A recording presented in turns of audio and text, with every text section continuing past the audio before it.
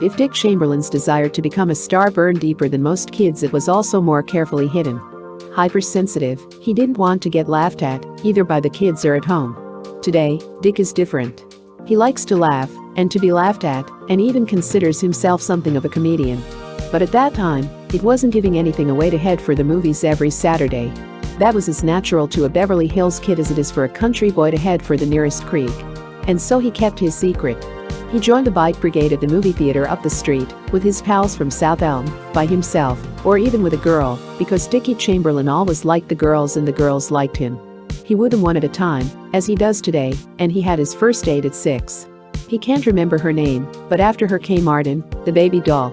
Next Arlene, a brown-haired pal girl who liked to play games, took over. In 7th grade it was June, who was a cute tease, and finally in 8th, Anne, more on the sweet side, but of bittersweet memory to Dick.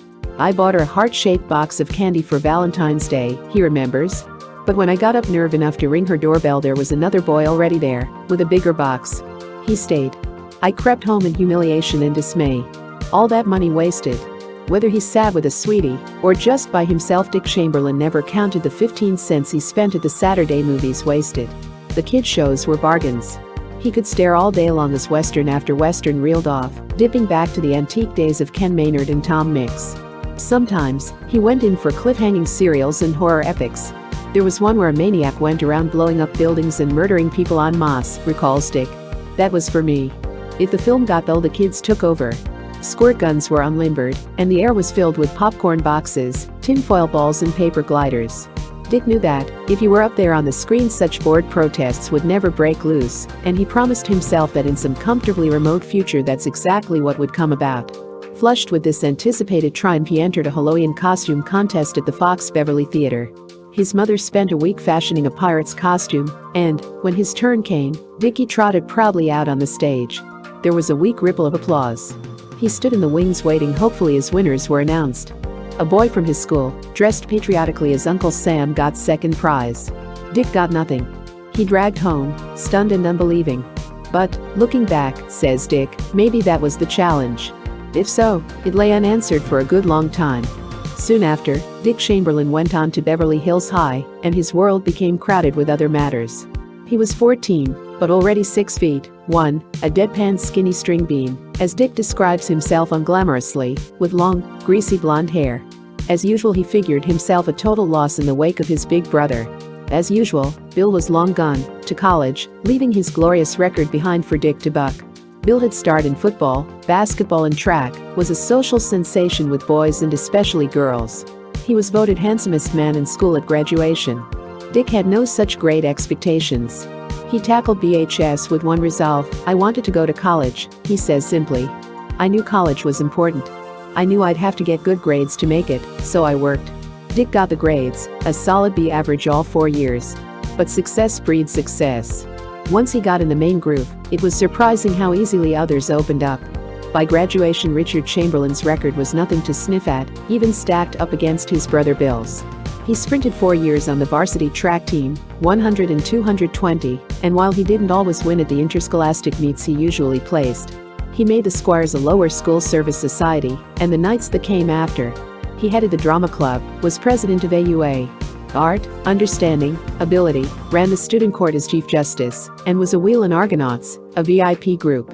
Still, as one classmate remembers, you couldn't say Dick Chamberlain was really terrifically popular at Beverly High. Respected is more like it. He was the kind you just naturally elected to offices and things. He had a sort of quiet authority. Dick himself recalls, it was an awkward stage of my life, and I was glad to get out of it. I was in lots of things, but I was never an organization man. I just went through the motions. I liked dramatics and I liked art. I was most at home there, but that was really about all. Except, of course, for the fun. He had that, but, as usual, in Dick Chamberlain's own quiet, selective way. He showed up at the dances after basketball games in the big school gym, or at the country clubs scattered around where proms and class balls were held. But B was never the life of any big party. Bill Chamberlain's wife, Pat, remembers that Dick, late in his teens, could come into a gathering at their house and be so quiet that you'd never notice he was there. Dick was different around his own close set of pals: Dick Hall, Don Tinsley, Billy Ruggles, Vernon Lohr and Travis Reed and their steadies. Naturally, Dick had one too.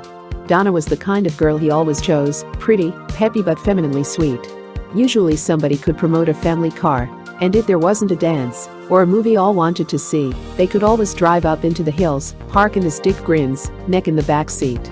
But the most fun was roaring off to California's handy mountains, desert or beach on weekends for picnics and sport. Dick liked the beach best because he'd figured a way to casually stroll off the public strand into the private Del Mar Club and blandly assume the privileges of a member. All it took was a cool head and a bit of acting. That came naturally to Dick Chamberlain, so naturally that he wonders now how he ever let his movie star dreams slumber throughout high school. He did do a couple of school plays, but something else seemed more his dish. Among the scores of forget-me-nots which classmates scribbled on Dick's last copy of the Beverly Hills yearbook, The Watchtower, is one which explains, to a wonderful guy, it reads, and a terrific artist. The same book summed Dick up in ways that hardly blocked out an actor's essential ego. He was voted most reserved, most courteous, most sophisticated. So, painting, Dick Chamberlain decided, was his major talent, and it would be art he'd go after for his life's work. In a way it was like track, the sport he always preferred to football. Basically, both were solitary, and you won or lost by yourself. He liked that idea. After graduation, he enrolled at Pomona College, in Claremont, to major in art. That summer his mother inherited part of an oil well. It pumped away faithfully all the time I was in college to put me through, says Dick. The minute I graduated it went dry. Everything else flowed as pleasantly for Chamberlain during his dear old college days. He felt at home there as he had never felt before, or, truthfully, since. I love Pomona, Dick says simply. Other alumni have felt the same way. One loyal grad, Robert Taylor, was called Pomona by his first wife, Barbara Stanwyck, all the time they were married. Claremont, which Californians call the Oxford of the West, is only 35 miles from Beverly Hills. But, except for the mountain backdrop and sunshine, it could be in another land. 4 colleges cluster there: Pomona, Scripps College for Women, Claremont Men's College and Harvey Mudd.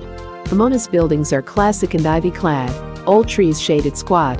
There's little rah-rah, the climate is academic, secluded and detached. In Dick's day only 1,100 hand-picked students roamed its halls. All of them soon knew Chamberlain. From the start, and in various ways, he was a marked man. At the Big Frosh soft mud fight, Dick had a heads-on collision with the soft captain and broke that leader's nose. For some reason, recalls Dick, that made me a hero. He went out for track and made the mile relay team. The Phi Delts took him in. So did the Scripps girls and Pomona co-eds, in strictly another way, as he passed with his golden good looks. Dick's only problem was holding them off, remembers Bob Town. More girls were after him than he knew what to do with. You couldn't blame them. He was as good, maybe even better looking then than he is now. And, even in Levi's and a t-shirt, he always looked as if he had just stepped off Savile Row. I had early morning classes with Chambo and I never saw him with a hair out of place, a whisker, or, for that matter, a smudge on his face. In one way or another the spotlight focused on Dick Chamberlain all his 4 years at Pomona. If he wasn't winning a trophy at an art exhibit, he was starred in a theatrical production. And sometimes, of course, the spotlight was there, but mercifully deflected by Dick's misleading look of innocence. Like that outrageous poster on Carnegie Hall at the Arts Festival. It was a work of art, declares Martin Green, who was in on the prank. Not the painting, but Dick's whole cool maneuver.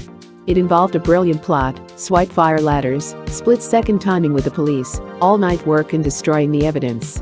We hung it so high that it was 2 weeks before they could figure a way to get it down from there. The 3 stealthy operators, Dick, Martin, and Dave Osman, were all DPs. That meant dramatic productions, although jealous outsiders had a less flattering name for the exclusive, elite group, Displaced Persons. As a member, strangely, that's just about what Dick Chamberlain was. His major was not dramatics but art. He loved it and was good. His paintings won prizes, and he even sold some to Pomona students. Dick had real talent, still has, says Martin Green, who should know. He could have been a fine painter, especially in ordered abstractions and geometrical subject matter. He was especially good in grays, blacks, and whites. But Dick was a dedicated DP for 2 reasons. Although truly popular for the first time in his life, he still needed a close circle of kindred souls with whom he could shed his reserve and let himself go. As at Beverly High, Dick took in the school dances and events. But it was with Bob, Dave, Martin, Hal and their girls that he really had fun, up at Stinky's joint in the canyon, on ski junkets to Mount Baldy, or at Stan Cornyn's big home in Covina, where, after a show, they could keep a party going all night. fueled with gin or cheap champagne. DP was a true fraternity, not just a social one. Dick has always needed that. The other reason was longer range and even deeper. As school slipped by, something was happening to Chamberlain and he knew it. I was thinking less and less about painting and more about acting. He says. In other words, that crazy kid dream was popping up again out of the past, despite himself. I think the turning point for Dick was when he did Shaw's Arms in The Man, believes Bob Town. He did a brilliant job. Virginia Prince House Allen, head of Pomona's drama department, thought the same thing. I'm considering trying to be an actor instead of a painter, Dick told her. Should I? She thought a minute. Dick wasn't majoring in her department. Yes, she said. I think you should.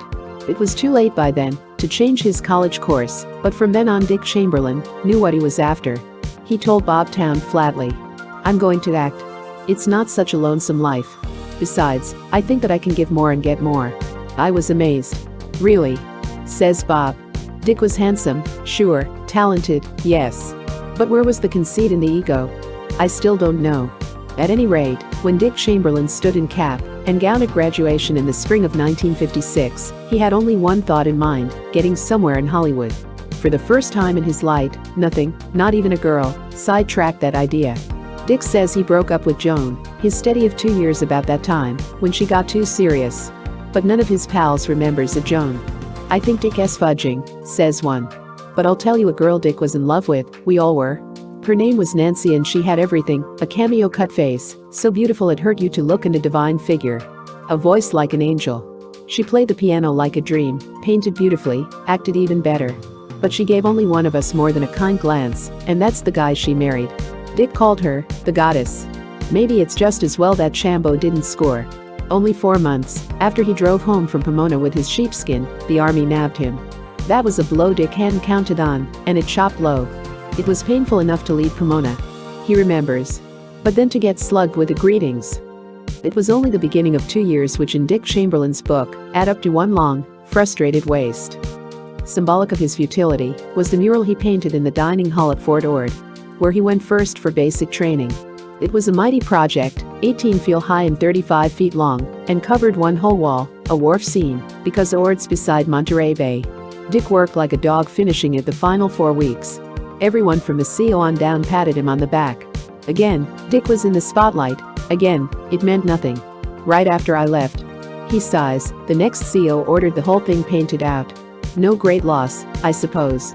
Perhaps, but still frustrating. Private Chamberlain left for Seattle with the 32nd Infantry heading for occupation duty in Korea. Next, a transport plane dumped him at Pusan, and another dumped him at a place called Camp Hovey, 30 miles in from Seoul. It was Ensville and Bamboo Lane. If there was anything around there worth seeing or doing, I never discovered it, says Dick. The most uplifting activity was drinking beer. Even less exciting than the scenery or suds was Dick's job, company clerk. I had to do all the paperwork, says Dick. Morning reports, company correspondence, filing, personal cases, court-martial records and stuff. It took me 8 months before I was really on top of that job. They rewarded him with a corporal's stripes and finally a staff sergeant's. Dick would have settled for his PFC without the headaches. Until Dr. Kildare. He says. I had never worked so hard in my life. The only relief he had in 14 months was a 7-day pass to Japan on the standard R&R, rest and relaxation. All Dick had lined to see was Tokyo, which is a sort of oriental Los Angeles with kimonos and crazy neon lights. He stayed at a Yuso hotel, sat through kabuki shows, peeked in at a few geisha tourist traps, fumbled through sukiyaki and tempura with chopsticks, prowled the ginza, and bought a couple of cameras. In one shop he also picked up one of those cute Japanese dolls, the live kind. She had an American name. Tony, and spoke good English. A lovely girl, all right, allows Dick, but it was hardly a romance. I wanted to see the inside of a Japanese home, so I pestered her to take me to hers. She finally did, but I discovered her parents didn't think much of the idea, or of GIs. Either. All in all, I didn't have such a terrific time in Japan, or anywhere else in the army. I felt like I was just getting old and learning nothing. I wanted to get started, for God's sake. Dick spent his final service weeks at Fort MacArthur, right out of Los Angeles. He itched so to get going in Hollywood that before they let him loose he rattled up there after duty in a dinky Renault he bought for lessons with Carolyn Trojanowski and Jeff Corey. Then he was free at long last, but loaded with problems. Briefly, they were no money, no place to live, no experience and no contacts. Sums up Dick. His first attempts to get all our were pretty discouraging. For 3 months he lived at home, way down in Laguna Beach, where his folks all moved, but Dick soon discovered that Tom Wolfe was right, you can't go home again. His family was sympathetic with his ambition, but nobody exactly cheered. How could they? He was just one of 1,000 others with the same long odds against him. I didn't want to take dough from my folks, but I did, says Dick. I had to have lessons and I had to eat. He also had to pay $60 a month for a Hollywood pad in what Dick calls the Dismal Arms. The years 1958-59 are not rose-tinted in Dick Chamberlain's memory. They were the seasons of despair. Dick expresses it neatly, there's nothing so depressing as being on the outside of show business, trying to get in. And that's it. Of course. It's also the oldest story in Hollywood. For the brash, the brassy, the thick-skinned, it can be an exciting game. But the sensitive suffer. Dick had never flailed helplessly at thin air before. Always some good things had come his way, whether he really enjoyed them or not. Now nothing, and nobody seemed to care. I almost went out of my mind, Dick admits.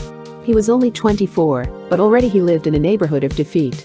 His apartment house was filled with old people who had long since had it. The hail was chronically posted with funeral notices. It was dismal cooking and eating his skimpy meals alone, standing in line to pick up an unemployment check, doing nothing most nights except study and read. Even the job he finally found attending the paralyzed woman was not what you'd call cheerful. Still, I was lucky, Dick Chamberlain believes today. All that time I had very wise people keeping tab on me and cracking down. Two were Carolyn Trojanowski and Jeff Corey. Low or not, Dick never stopped taking lessons. And they weren't always encouraging. Jeff Corey is a drama expert who has helped straighten out such stars as Tony Perkins, Gardner McKay, Diane Varsi and Tony Quinn. The thing I liked about Chambo, he says, was his sensitivity and charm. He had a lot of good stuff. But he had done mostly classical things in college and was inclined to be too lyrical. It was hard to bring him down to earth. I used to tell him, Dick, for heaven's sake, go out in the hack yard and rub some dirt on your face. Corey put Dick in a class where the climate was stressful. Students there were trying to strip themselves down to their own raw juices. It was painful for Dick, recalls Corey. His face turned red and he broke out in sweats. He wasn't ready for that. That was when Dick Chamberlain came close to quitting. Wisely, Corey put him in another class that was milder, and he carried on. But he was always shy, concludes Corey, and it's too bad. There are a lot of wonderful things about Chambo that most people don't get to see. For a long time few around Hollywood saw more than a handsome, mannerly, young man who'd like a job acting. Only the ones who got to know him became boosters. One was Lily Messenger, former personnel assistant to Louis B. Mayer, late boss of MGM. A friend of Dick's family sent him to Lily, who'd retired and turned agent. In her day she'd helped hundreds of newcomers get started, but now the last client she wanted was a raw unknown. Things were too difficult in the industry. She explains, and I'd promised myself I'd never go through that again. But when she met Dick, he was so charming and attractive, she says, I couldn't refuse. Wherever Lily Messenger took Dick, however, others found refusals comparatively easy.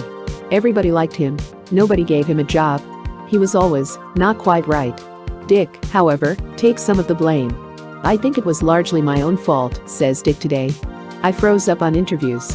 When they asked me to read I got a block that reached clear hack to 3rd grade. I couldn't sell myself. They could see I was no professional, not yet anyway. No. Dick wasn't, agrees Al Trisconi, MGM's casting chief, who looked him over then, as he had even before at a Pomona College play. But if you have it in the eyes, you have it. They tell the story. Put it this way, the first time I saw Dick Chamberlain I thought, if nothing else I'd like this boy to be a friend of mine. Trisconi had nothing cooking then to put Dick Chamberlain in, but he made a mental note, good bet for a long-term MGM contract. That's exactly what Dick finally got, of course, but not until his white eyes had opened considerably wider by the hotfoots of show business. His very first break in a TV pilot for Your Only Young Ones turned into exactly one line which he delivered with 3 other people yelling goodbye to a wedding party. There was a movie too, The Secret of the Purple Reef, and again Dick's hopes rocketed up, only to descend with a thud when they scissored his part to nothing. Then Lily Messenger went to work for a network, and now Dick had no agent. Now and then he managed to pick up some small TV spots on his own. In Gunsmoke, Mr. Lucky. And Alfred Hitchcock, Bourbon Street Beat. I got by, he sums it up, with an occasional loan from home, my chauffeur job and a work check now and then. Was he discouraged? It was scary at times, sure, Dick allows calmly. But I didn't expect too much too soon. I knew what I was up against. It all depends on what you want and how badly you want it. I wanted it pretty badly. That's why I never stopped those lessons. I realized I wouldn't get steady work until I rated it. When I did rate it, well, the break came along. The break Dick means was when powerful MCA took him on as a client. A friend of his family's, Jack Bailey, Mr. Queen for a day, aced him in there. As agents, MCA thought big and acted the same way. All through 1960. As MGM waded carefully into television, Dick Chamberlain knocked steadily at MGM's door. He went there first to make a Western pilot, The Paradise Kid, but in those days you couldn't flip dials fast enough then to get away from new TV cowboys. It didn't sell. Next Dick tried out for a tentative half-hour version of Dr. Kildare. Nobody wanted it at first, so that effort was dropped. He showed up again for another pilot, Father of the Bride. He wasn't the type. Then Dr. Kildare came up again, a big-hour show now with the works behind it. MCA shot Dick right out again. This time MGM invited him in to stay. That was December 1960. Of course, it wasn't that simple. It never is. For a time both Dr. Kildare and Dick Chamberlain were on trial. Launching a major TV series is something like a blast off at Canaveral. If it goes into orbit, everybody's a hero. If it fizzles, they come up bums. Dick knew that 35 other actors with far bigger names than his, which was minuscule, had tested for Jim Kildare. He also knew that one big reason he got it was because he came cheaper than most. The money wasn't too important. But the opportunity was. It could be the beginning for him, or possibly the end. The situation called for a Chamberlain speciality, control under pressure. And once again, Dick Chamberlain was where he seemed always to land, in the spotlight, and yet all alone. In this respect things changed hardly at all for Dick, when director Boris Agel saw rushes of the first Kildare show, hustled up to the front office, and told anxious MGM execs, "Stop worrying. Ulcers healed magically all over the lot." But for Dick it was different. He was on the spot. What his pal, Bob Town, calls Dick's disciplined ambition has yet to let him step off to relax and enjoy his good luck. From the start Dick's poker mask has made it all look ridiculously easy. It never was. The first year, says a director who guided him often, Dick Chamberlain got by mainly on his nerve and his good looks. Raymond Massey adds benevolently, Dick has grown an awful lot in this job. But there have been growing pains too. Most are connected with Dick's period of adjustment to life as a public figure. Psychologically, he wasn't cut out for that. Secure on stage 11 Dick is comfortable, as he always has been in a light little group who know him, work with him, have learned to like and understand him. In fact, says his makeup man, Jack Dusick, sometimes you almost forget Dick's around. Problems? Never. I just pat on some pancake, and Dick seldom looks in the mirror. The other day, Bill Sargent, an actor friend of Dick's with a small part, found himself without a light in his dressing room.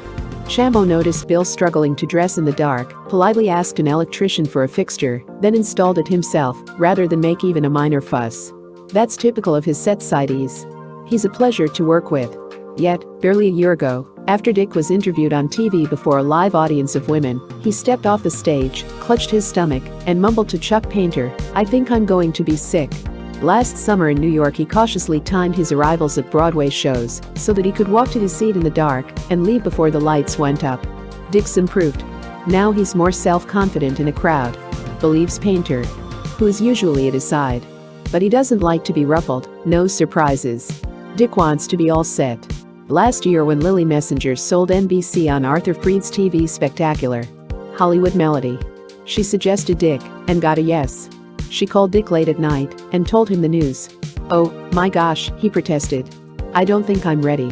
Dick was ready enough to score a vocal hit in his live TV debut, singing Manhattan with Shirley Jones, as smooth as if he'd been doing that sort of thing all his life. But only his voice coach, Dick, and a few people close to him know how he worked and worried every day until the show went on the air.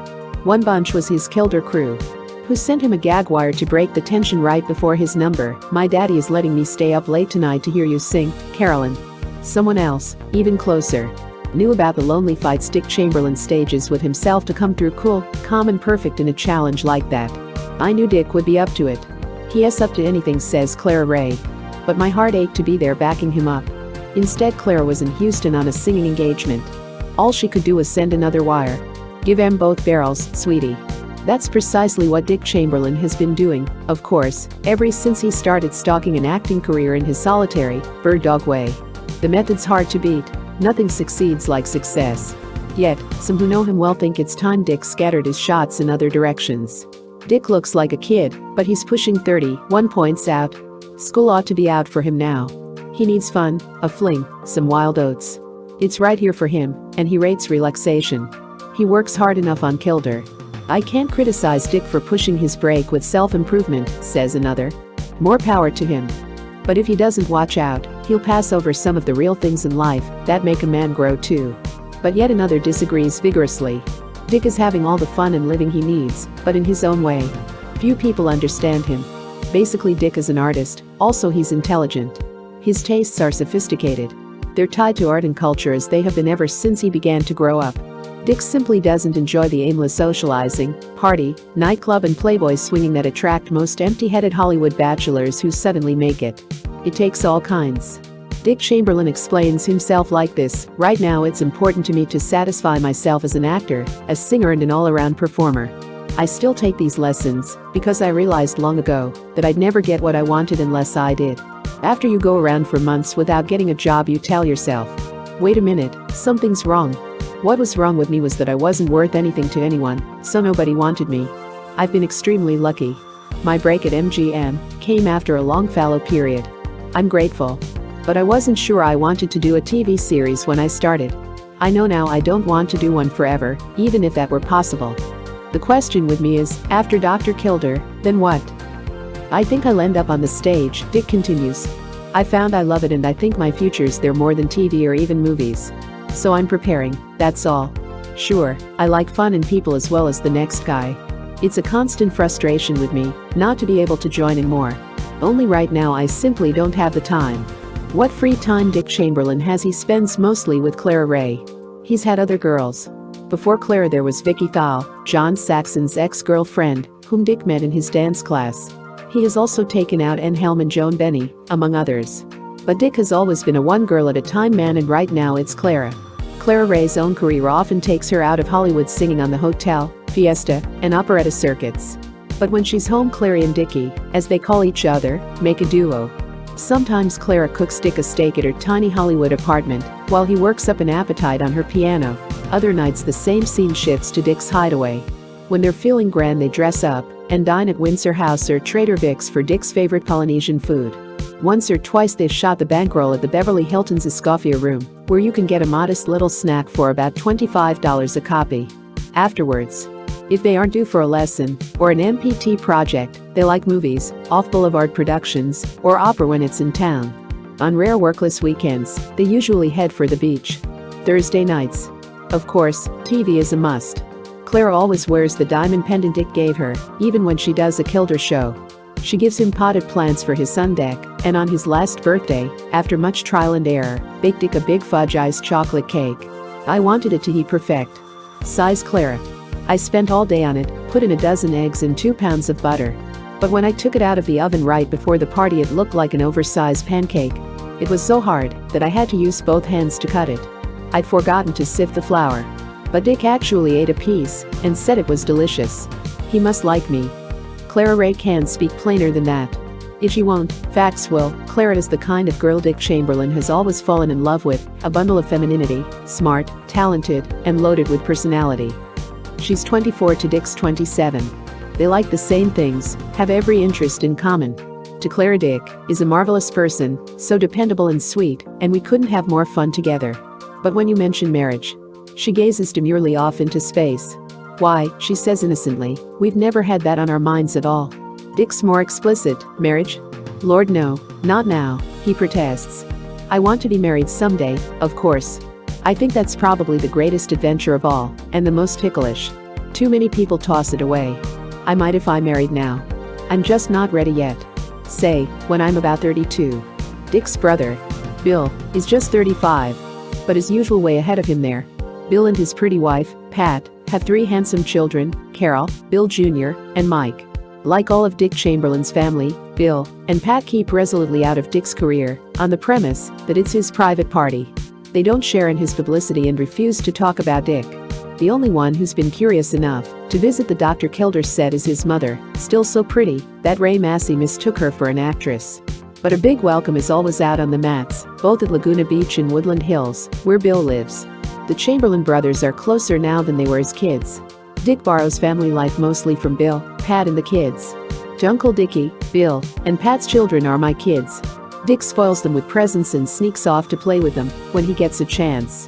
He even keeps a pair of roller skates hanging in his kitchen so he can race them on the sidewalk when he comes out, a stunt which has mixed social blessings for the junior Chamberlains. There goes the Carol Chamberlain with her Uncle Dick, sniffed a jealous miss from the Collier Street School the other day. She thinks she's pretty smart. Last Christmas Dick took them with him aboard a float down Hollywood Boulevard Santa Claus Lane, where they fell promptly to sleep. What the neighborhood kids thought of that is unrecorded. If Dick Chamberlain does wait until he's 32 to make a home and found his own family, with Clara Ray or anyone else, he runs the risk of missing out on a hunk of important living, which even the most glorious career might not make up for. By then, unless they run out of patience, Dr. Kildare might still be hogging the TV screen, or Dick Chamberlain might eat the toast of Broadway. Either way, chances are he'll be rich. Already Dick makes 4 times the $400 a week MGM paid when they signed him, plus his loot from recordings. This spring he'll keep working straight through an 8 weeks Kildare layoff to star in his first MGM movie. Any day, if he had time, he could take off for the big money singing at Las Vegas, or the prestige clubs and hotels all around the land. Not long ago Martin Green went to Vegas with Dick to catch Carol Burnett in her act.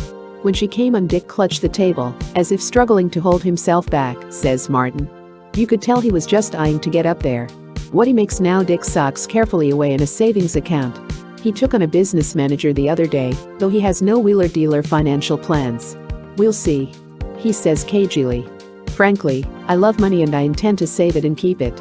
Dick bought his car, a second suit and tuxedo with his first MGM paychecks, has banked most of them since. His only extravagances so far are Martin Green's paintings.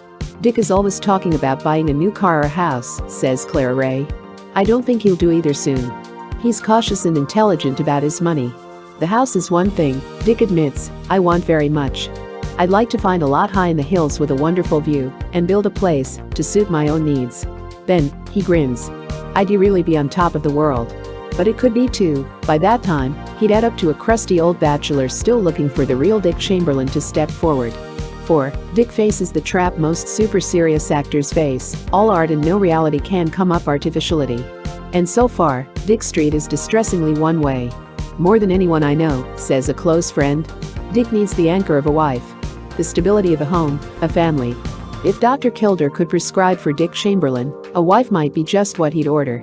Not only to banish the essential loneliness Dick has known all his life, but to dispel his fears and crack the bland, boyish mask he wears for the world. It still hides the fascinating man underneath, still makes Dick Chamberlain seem to most people what he is not. For it is the mask, and the mask alone, that keeps people from knowing how much more than a boy he is.